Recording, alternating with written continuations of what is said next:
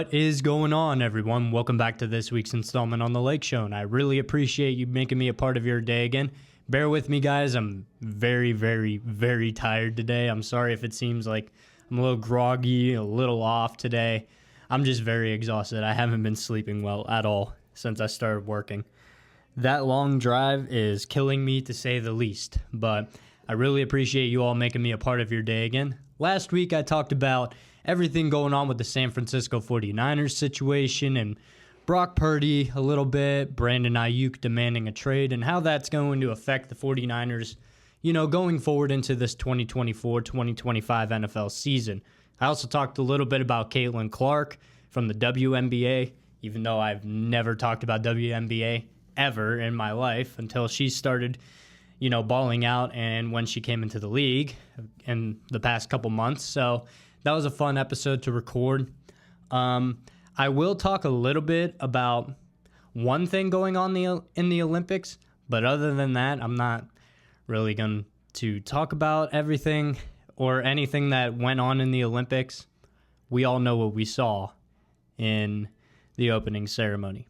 And to me, absolutely disgusting. So, it is what it is. We all know what we saw. And for me personally, I hated that opening ceremony with everything in me.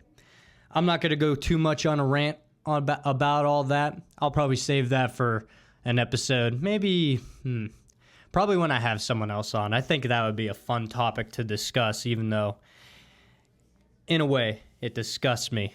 So, you see the shirt I'm wearing. We all know. So, today, we got a full slate. We got a bunch of good topics to discuss today. And, a lot of NFL news and a little bit of NBA news. And then we're going to save the best news for last. And it has nothing to do with sports whatsoever. So, as you all know, I'm a Bucked Up ambassador. So, use promo code SHOW32. Get yourself 20% off any and all pre-workout orders at buckedup.com. So, without procrastinating anymore, why don't we get started today? So, I talk a lot about NFL quarterbacks. I talk a lot about their contracts and how, while I disagree with how much money these guys get paid, I'm not going to deny anybody about, they're making their money in the NFL. The market dictates it. If the market dictates it, then you can afford it. So that's just the way the NFL rolls. The NFL is a billion-dollar industry. Billions upon billions made a year. There is money to spend for each and every NFL franchise, unless you're the Raiders. Dirt poor, dirt cheap. Sorry, brother. Sorry, Alex. I know that you don't want to hear that, but that's the reality about the Raiders. But two quarterbacks that have been, really up for discussion and up for debate the past probably 8 months or so regarding new contracts and honestly their futures with their respective teams. So we're going to talk about the two quarterbacks who most recently, this past week, just got contract extensions when everybody under the sun was wondering, are these two worth it? Are these two worthy and worth a contract extension? And the first quarterback we're going to talk about is Jordan Love, quarterback for the Green Bay Packers. I don't know what it is with Green Bay, but it seems like they strike gold every time they draft a quarterback. They're the only team that consistently, without a doubt, drafts quarterbacks extremely well. Other than the Chargers, you got to put the Packers up there when it comes to drafting and developing quarterbacks. They went from Brett Favre to Aaron Rodgers, and now all signs are pointing to Jordan Love being the next guy in Green Bay. And they awarded him handsomely with a 4-year extension worth $220 million. Now, do I think Jordan Love is good? Yes. Is he a $200 million man quarterback? I don't know yet. I don't think so. Not yet, at least. I have been on the record saying that I think the Packers struck gold with Jordan Love. I think Jordan Love will be the guy going forward in Green Bay. I mean, it's obvious now. I kind of predicted it. I knew that they would roll with Jordan Love. I had no idea they would give him this massive extension this early on, though. But I can understand why. through weeks 11 through 18 last year in the NFL. Last year in the NFL season, weeks 11 to 18, after an abysmal, kind of rough start for Green Bay and especially for Jordan Love, people were hyping him up for a long time. And, they were hyping him up, but at the same time, they were very, reserved about him because he's been under Aaron Rodgers and Green Bay for a couple years, learning the system and just growing as a quarterback. And when he did play, Jordan Love didn't really show much. He didn't really show much flash. He didn't show much skill or talent. In all honesty, Jordan Love was considered a bust like Trey Lance was, for the better part of a year and a half before he took over the starting role after Aaron Rodgers departed for the New York Jets. But after week 10, weeks 11 through 18, Jordan Love was honestly, statistically, and played like the best quarterback in the NFL. So from weeks 11 through 18, he went 6-2 as a starter. He completed 70% of his throws. He had 18 touchdowns to only 1 interception, and he had 112.7 passer rating. One of the best, if not the best, in the NFL. And throw on top of that great win streak and that great back half of the NFL season, he threw in a dominating, bludgeoning win over the Dallas Cowboys in Jerry World in Dallas.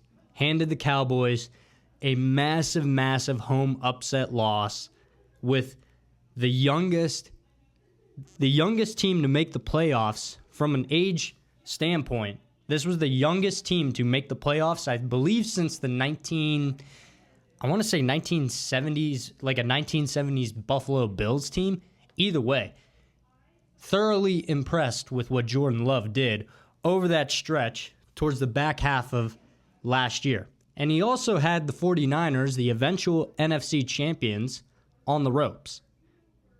So, is Jordan Love worth this contract? I don't know, because I'm very reserved when it comes to big-time contracts like this, because I said it before, you pay your quarterback so much you can't afford certain skill positions, certain defensive pieces.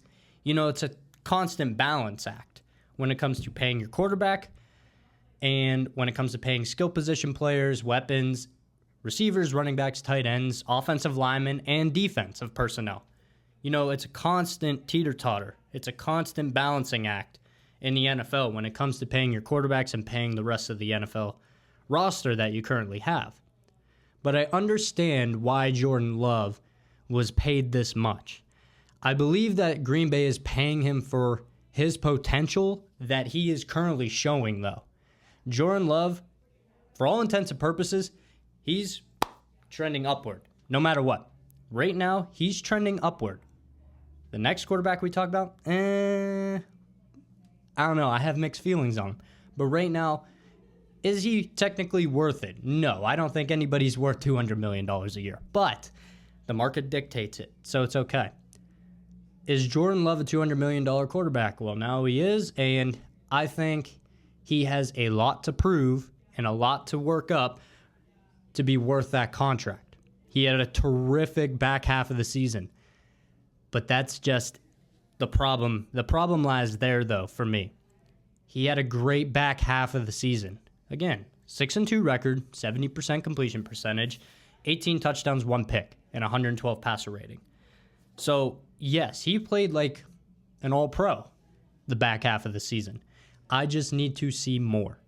Can he continue this momentum with a young roster still, a young, hungry roster that now added one of the best running backs in the league in Josh Jacobs, arguably a top 5 and even so a top 10 running back in the league, pairing him with Aaron Jones, a young wide receiving core, Matt LaFleur calling plays and running offensive schemes.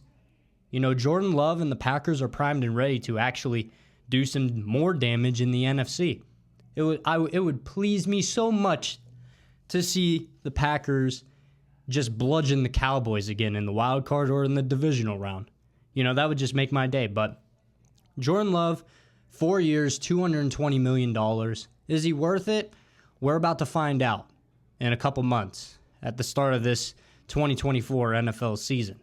He's got a lot to own up to. He's got a lot to prove still, I believe.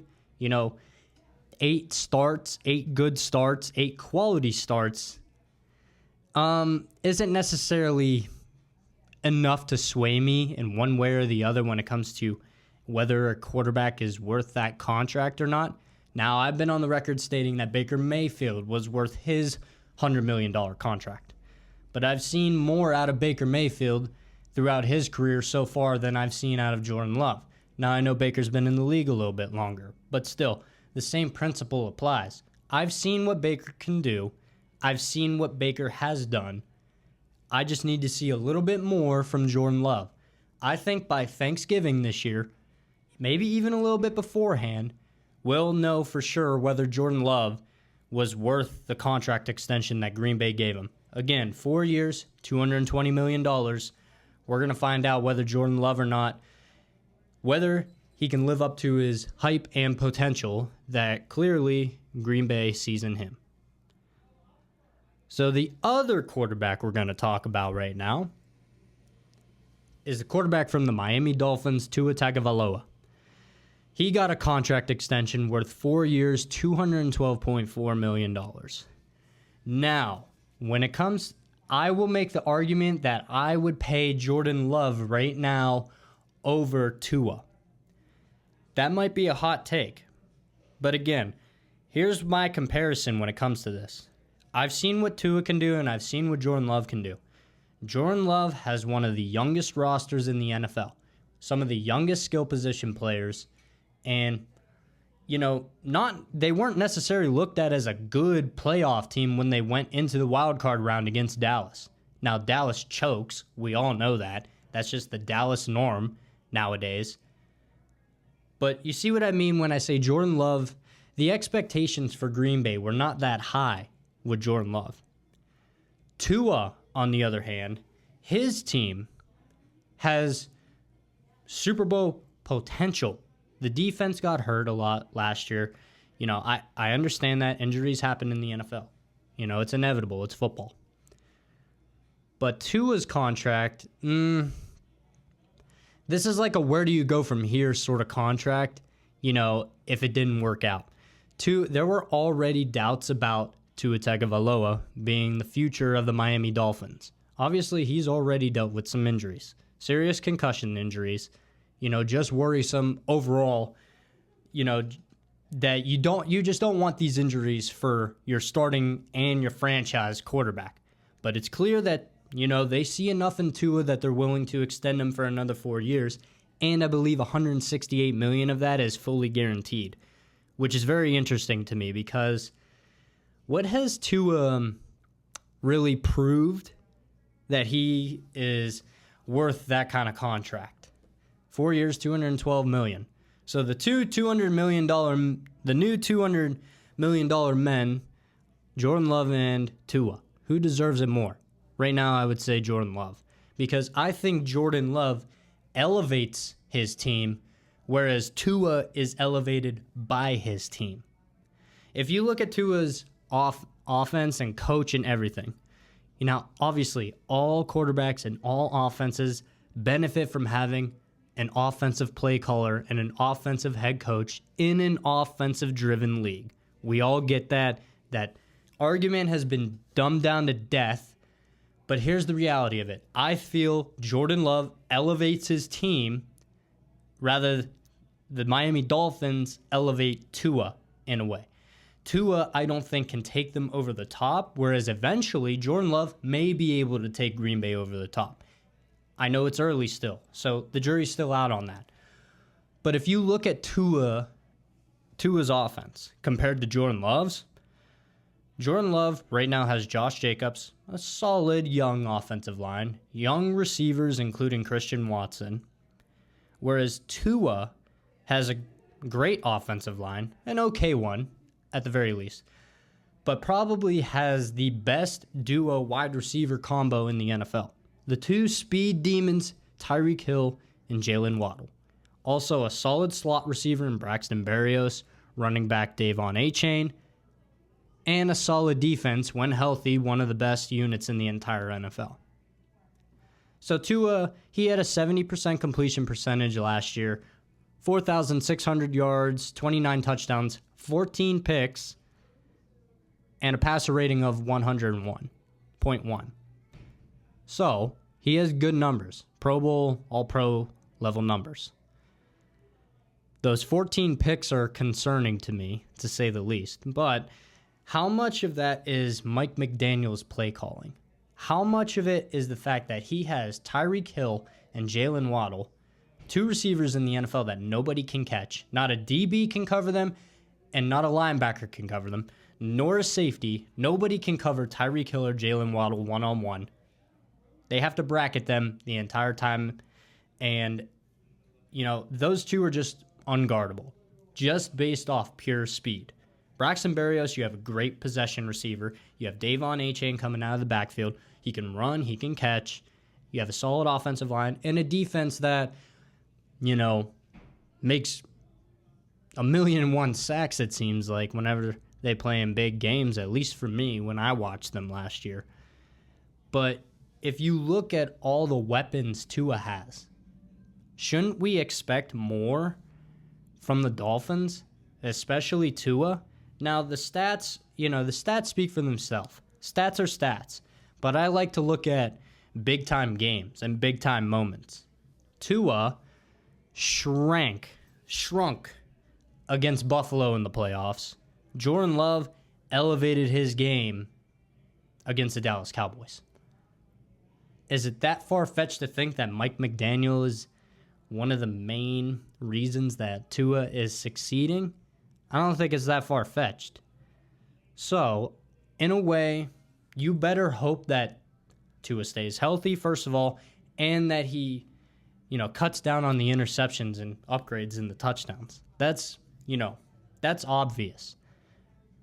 But when you talk about contracts and when you talk about who should be paid the most in the NFL, Jordan Love, to me, in my opinion, is more worthy of the $200 million contract than Tua is.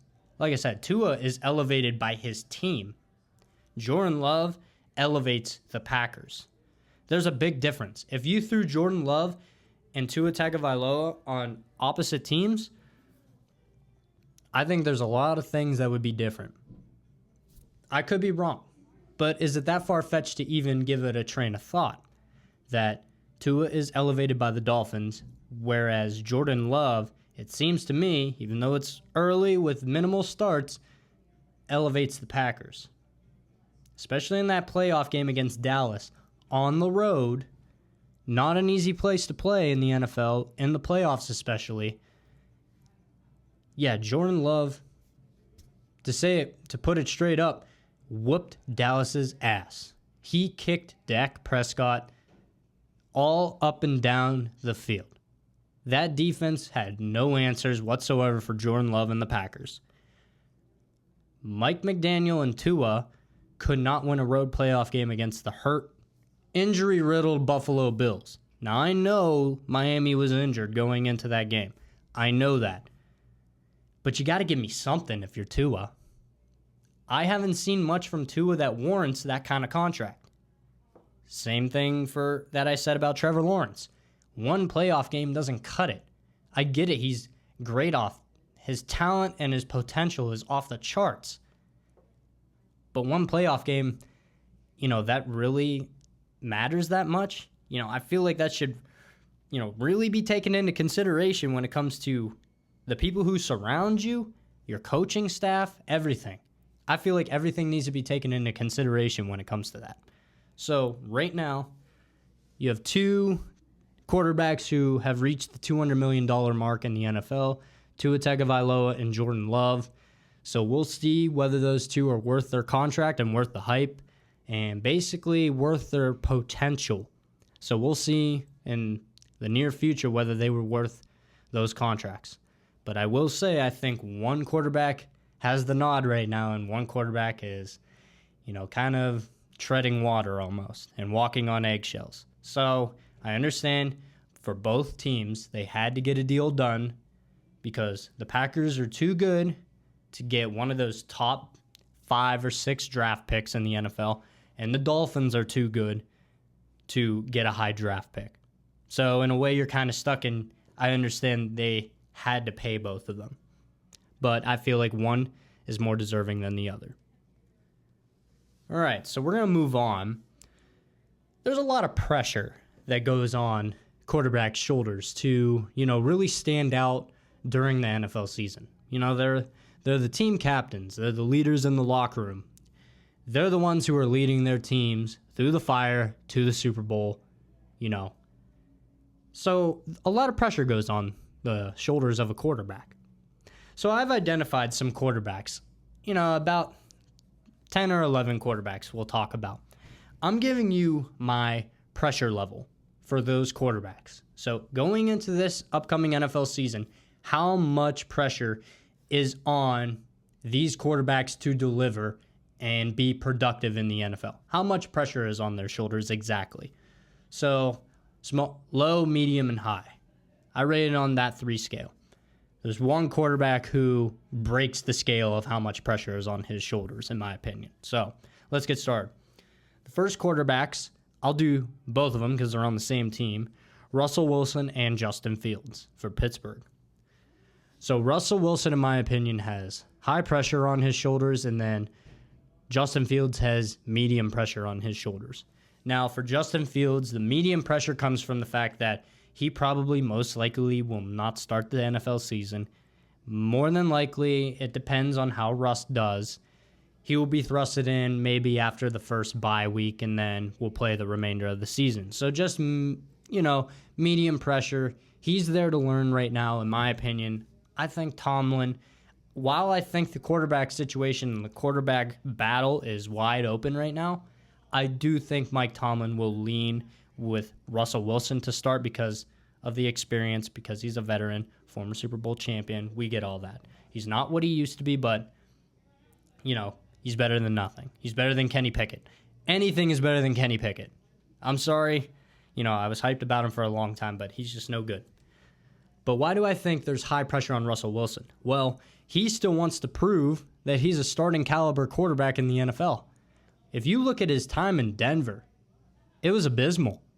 Now, a lot of that I credit to Nathaniel Hackett, his first year in Denver. That dude was in over his head, had no business being an NFL head coach. In comes Sean Payton. Russell Wilson actually has a good year. He doesn't blow up the stat board. He doesn't look like the Russell Wilson of old. But I'd say he looked like 80, 85% of what Russell Wilson used to be 100%. Sean Payton squeezed every ounce of talent out of Russell Wilson, and he statistically had a decent season. Russell Wilson now, though, with this team, this culture, even though it's not an offensive culture and not an offensive team, I think Russell Wilson has immense pressure on his shoulders to prove to himself and to the league that he's still a quality starting quarterback, that he's a starter in general in the NFL. So I think Russell Wilson personally has high pressure on his shoulders. Justin Fields, medium to high, because, he needs to prove something. It didn't work out in Chicago. We all know that, but he's got to start showing something. Whether that be as the backup to Russ for right now. I think there's no way that Russ goes the entire year. I'm just being honest. I know it sounds like I'm a pessimistic Steelers fan. I have high hopes. We're going to the Super Bowl, of course. That's my bias in me. But Pittsburgh's going to the Super Bowl. I got to keep the cultural norm. But I do believe Justin Fields will get the nod at the starting quarterback position probably after week 6 or 7, I would say, for Pittsburgh. So, and then Fields, it's up to him at that point. He's got to prove that he's a starting quarterback in this league and not just a career journeyman backup. That's the reality of where he is right now, currently. So Russell Wilson, high pressure. Justin Fields, medium to high pressure. Dak Prescott for the Dallas Cowboys. This is the one quarterback that has broken the pressure scale. I'm sorry, guess what? Broken scale, immensely high pressure for Dak Prescott going into this year. He wants to be paid the highest amount any quarterback has ever received in the NFL. He's got to show up and show out. 2 playoff wins in his career, and he's been in the league, 8 years? This will be his 9th year? What are we talking about here? The fact that people would say to me he doesn't have pressure on his shoulders because he has leverage over the Cowboys, which, okay, I get it. He can get his money. He could fleece the Cowboys for all I care, and they could be complacent and irrelevant for the next, arbitrary amount of years that they would pay Dak Prescott for. But if you're going to give this man $60 million a year, which is basically what Dak Prescott wants, you're going to give this man $60 million a year to get you to the playoffs. He'll win 12 games. He'll put up great stats. But the second you ask him to show up and show out in the playoffs, guess what? He'll crumble, he'll fall, he'll fail. Like they always do in the playoffs. That's the Dallas way. So if I'm Dak Prescott, guess what? The weight of Mount Everest is on his shoulders right now. He has got to, if he wants that contract, let's say the Cowboys don't give it to him and he screws off to another team. If I'm Dallas, I better hope that Trey Lance is ready. You better hope and pray that Trey Lance actually blossoms into something. Clearly, he didn't blossom into anything with the 49ers. And all signs point to that being the biggest indictment on him is the fact that he couldn't succeed in Kyle Shanahan's office. Everybody succeeds in Kyle Shanahan's office. Ask Brock Purdy and C.J. Beathard from a couple years ago. Kyle Shanahan's an offensive genius. So that just tells you how ready Trey Lance is. But Dak Prescott has the weight of the world on his shoulders in pressure this year. Breaking the scale, high pressure for Dak Prescott. If he doesn't deliver, he's still looked at as a B+ quarterback. Well, guess what? 2 playoff wins in 8 years. Guess what, Chief? That ain't going to cut it. You want $60 million a year? Guess what? You better get to the NFC Championship at minimum. And who knows if they're going to do that. Trevor Lawrence for the Jacksonville Jaguars. Medium to high pressure. Injuries really riddled him last year, so I'm not going to hold him I'm not going to say he has too much pressure on his shoulders because there was a lot of injuries on the Jacksonville Jaguars. However, that amazing start at the beginning of the year to the way they shit the bed towards the end of the year, that's just a choke of infinite proportions. And Trevor Lawrence, while it was because he was mainly hurt, other players just didn't step up. I don't know why on earth I drafted Calvin Ridley on my fantasy team. That man did jack diddly shit for me in fantasy last year. There was no reason I should have took him. But Trevor Lawrence, he got his contract, he got his money. Guess what? Time to show up. Time to show out. You can't. Now, injuries happen. We get it. But if you're going to finish out this season, you better at least make it to the divisional round at least. You got to prove that you're worth it. Blake Bortles made it to an AFC Championship game for Jacksonville. Blake Bortles, who hasn't been a starter in years in the NFL, right now has more career success in Jacksonville than Trevor Lawrence. And Trevor Lawrence is a million times better quarterback than Blake Bortles is. Anybody who would argue that is ridiculous. Trevor Lawrence, medium to high pressure, leaning high though. Jordan Love, medium pressure. He got his contract. I know there's kind of pressure on his shoulders, but I'll put it at medium because of what he's been proven he's been able to do recently. Now, he's got to show up this season. He can't have another skid like the beginning of last year where he sucked it up and was just flat out awful in some games. If he plays more like the back end of last year, he's worth the contract and the weight will be lifted off his shoulders in a way. I get it. We all want to see more out of him. 8 starts. Well, really 10 starts of him being a quality, competent quarterback. It's not really enough to sway people, a lot of people at least, including myself. But if he shows up and even has a somewhat, good, season in general and leads his team to the playoffs, even the wild card round again, it wouldn't be that much of a hassle because the NFC is stacked. So medium pressure on Jordan Love. High pressure on Tua Tagovailoa, quarterback for the Dolphins. He got his money, but guess what? I think he's been carried by the Dolphins organization and the Dolphins head coach, Mike McDaniel, the weapons and skill position players he has around him, and the solid defense that he inherited. Guess what? Tua got his money, and people have been wondering if he's the guy. Well, it's time to show up, Tua. I think he's got to at least make it divisional, maybe even AFC Championship, maybe. But it's time to show up. Like, Tua, he can pad the stats all he wants in the regular season, but guess what? That train has left the station of him being the franchise guy. In my opinion, I don't know if he really is. He's got to prove that he can win in big spots. He's got to prove that he can finally get over the hump in the playoffs. I don't care if you are from Miami and you're playing in cold Buffalo in January. I used to live in Miami. I came home and played football in cold-ass Ohio. I was fine. I'm not necessarily going to make that comparison, even though I just did, But it is what it is. You're a professional football player. You played in cold. You were from You went to Alabama. You travel a lot for those big games.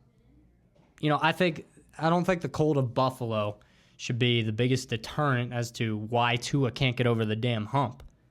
Tua's got to show up this year. Caleb Williams for the Chicago Bears. He's a rookie. Low pressure, but it will be medium pressure by the beginning of next year.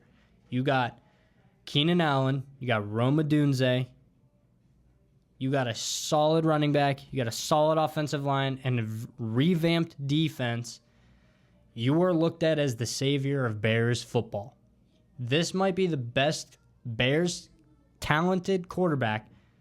This might be the most talented quarterback the Bears have ever had in their entire existence. That includes Jim McMahon, the only quarterback in Bears history to win a Super Bowl. But there is low pressure on Caleb Williams because he's a rookie. Nobody's going to place Super Bowl aspirations in year one on his shoulders. So Caleb Williams will be fine. But he is low pressure.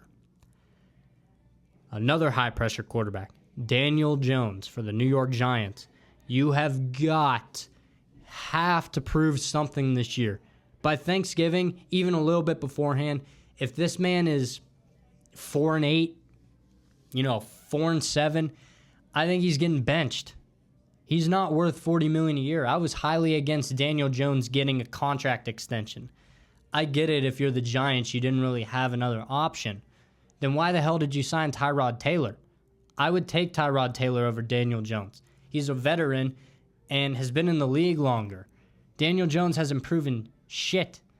He has Malik Neighbors. He's starting to make plays in, OTAs and training camp. He looks promising. But you don't have Saquon Barkley. You have a subpar offensive line. The defense is good, but they always have to do the majority of the workload for you guys. They have to be the workhorses while Daniel Jones and Brian Daboll's offense scrambles to even barely kick a field goal. So, the first game of last year, 40-0 to Dallas. I get it. Dallas is, kind of overhyped, but come on. What are they going to do this year? Daniel Jones needs to prove something, anything, that he's worth even a fraction of the $40 million a year he's making. I think he has unbelievably high pressure, not as much as Dak Prescott, but he's up there when it comes to quarterbacks with the most pressure on their shoulders. Jalen Hurts for the Philadelphia Eagles, medium pressure. The more Shane Steichen is gone, the more unproductive it seemed that Jalen Hurts has gotten. His mechanics are off. His decision-making is worse. He's still a great quarterback in my opinion, but I'm happy they haven't extended him yet. I need to see a little bit more. I need to see that he is not a product of Shane Steichen, who's killing it with the Colts.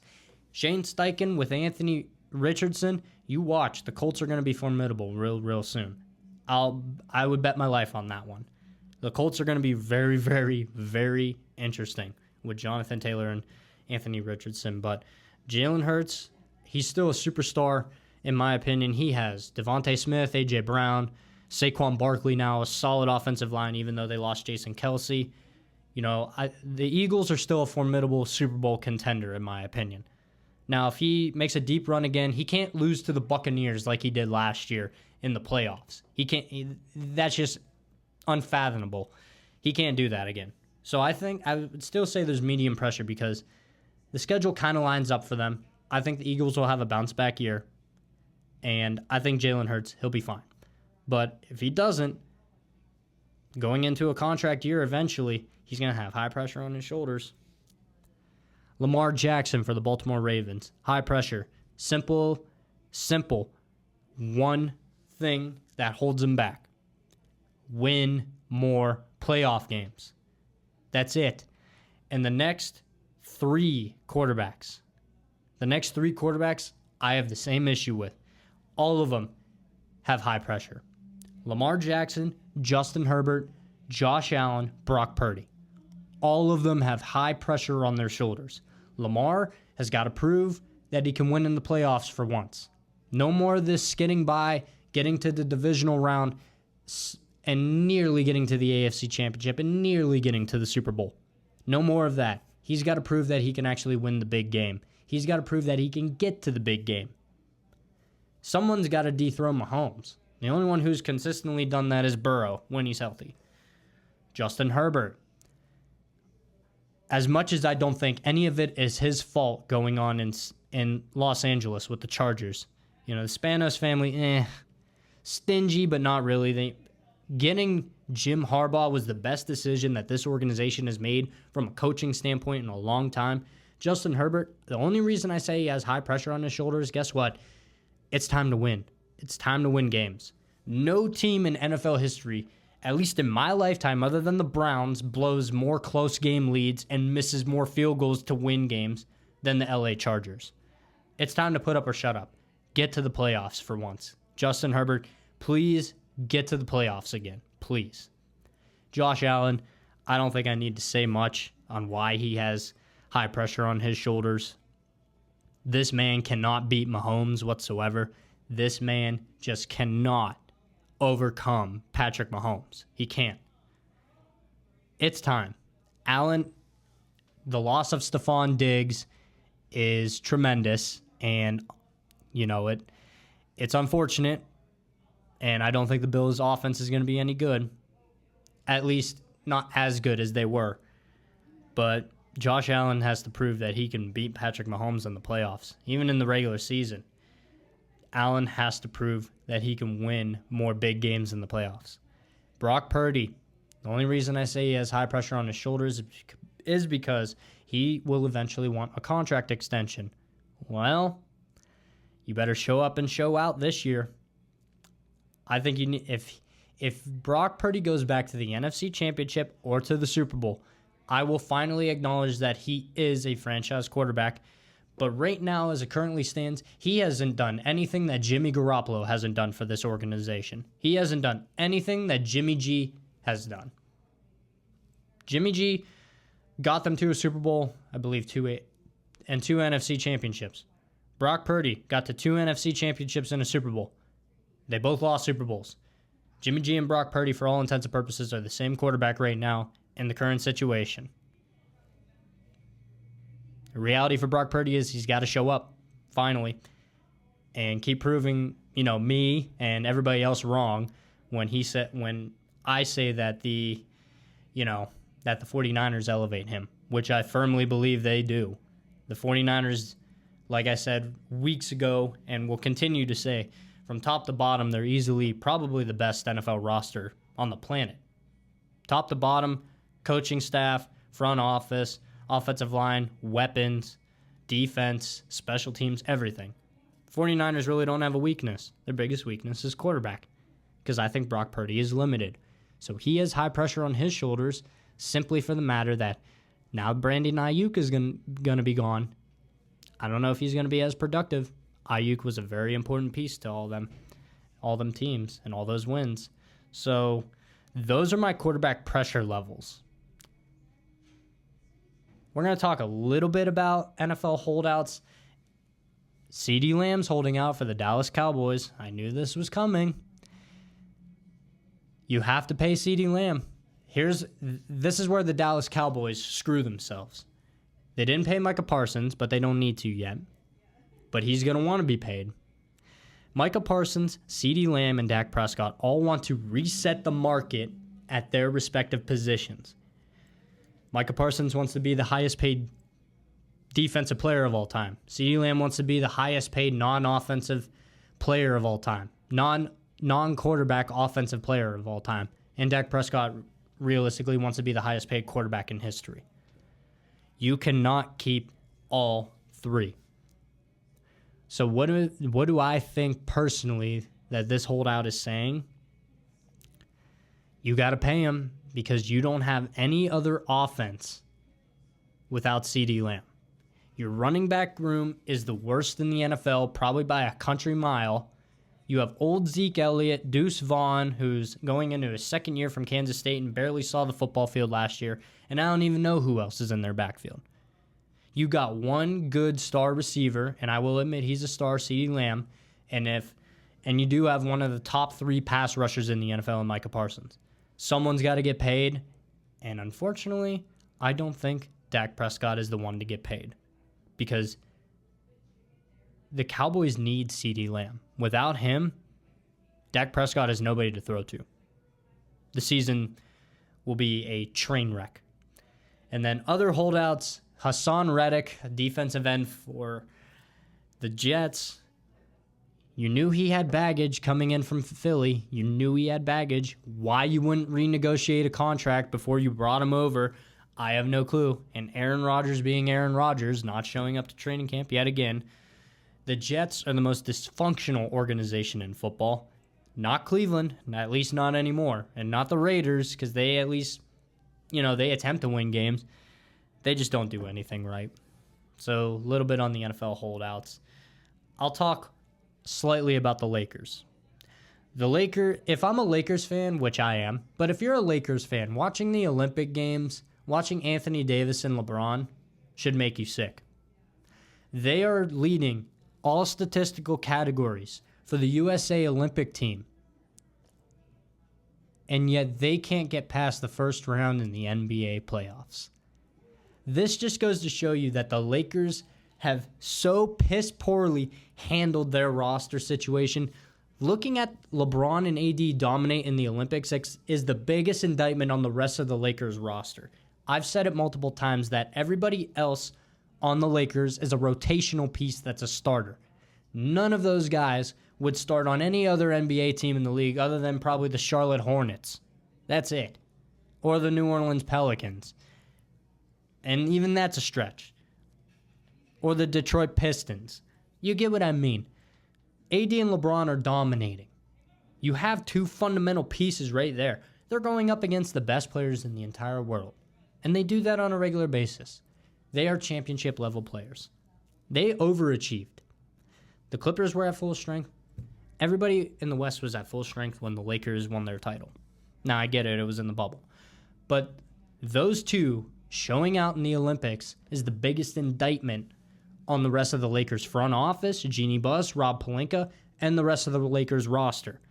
Rui Hachimura, D'Angelo Russell, Austin Reeves, Christian Wood, everybody on that team. That's a big indictment.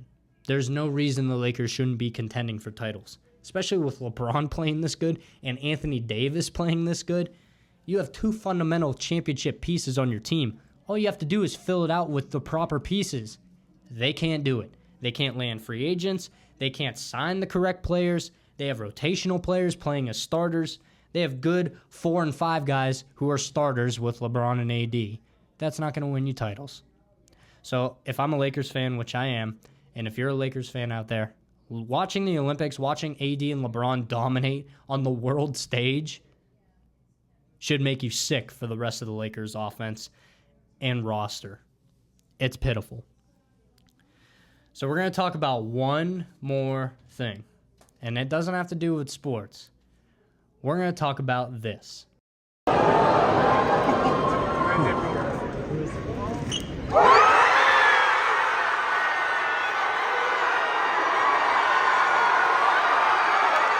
Robert Downey Jr. making his Marvel return and will be playing not Iron Man, but Dr. Victor Von Doom.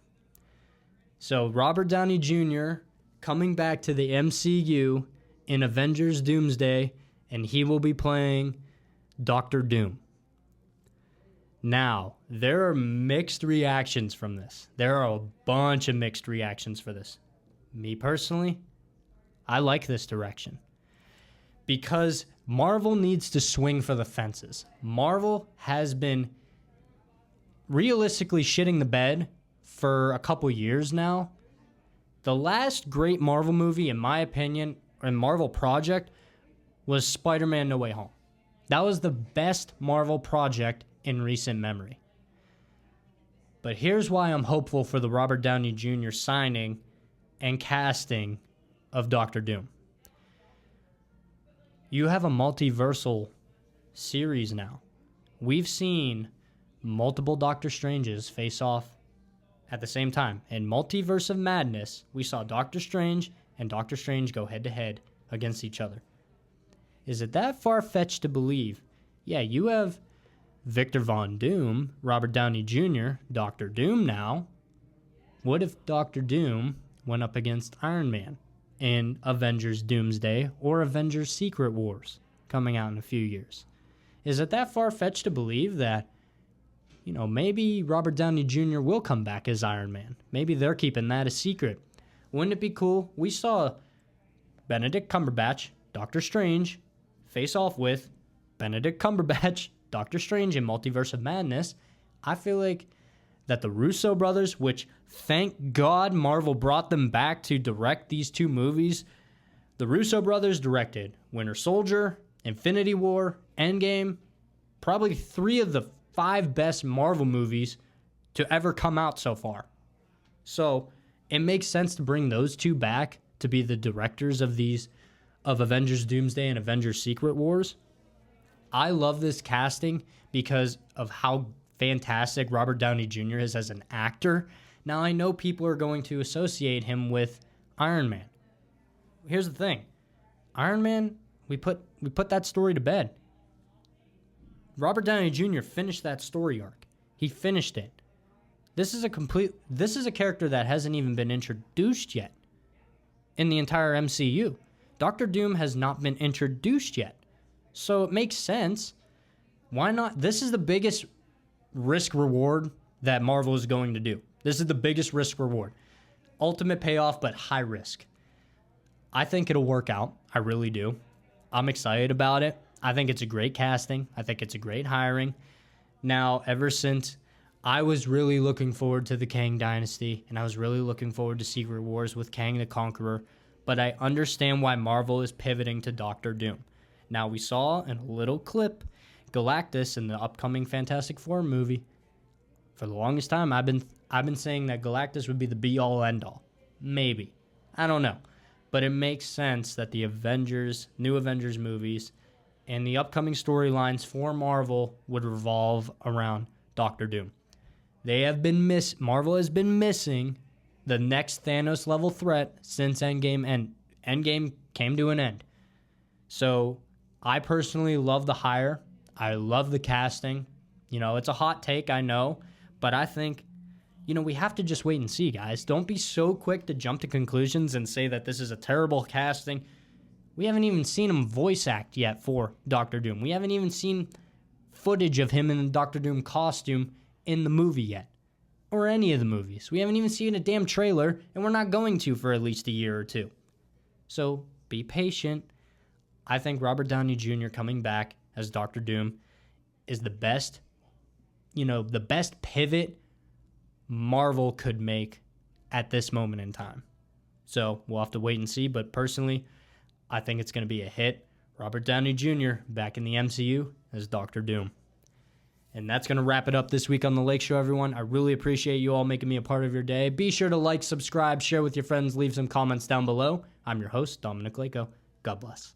I love the chase and the hunt, and I set the pace when I'm running. I always take what I want, and I always give it 100. Don't need a bank, no, I'm funded. Play the game like it's nothing. I'm always thankful for something. Don't take for granted, stay humble. Now wake up!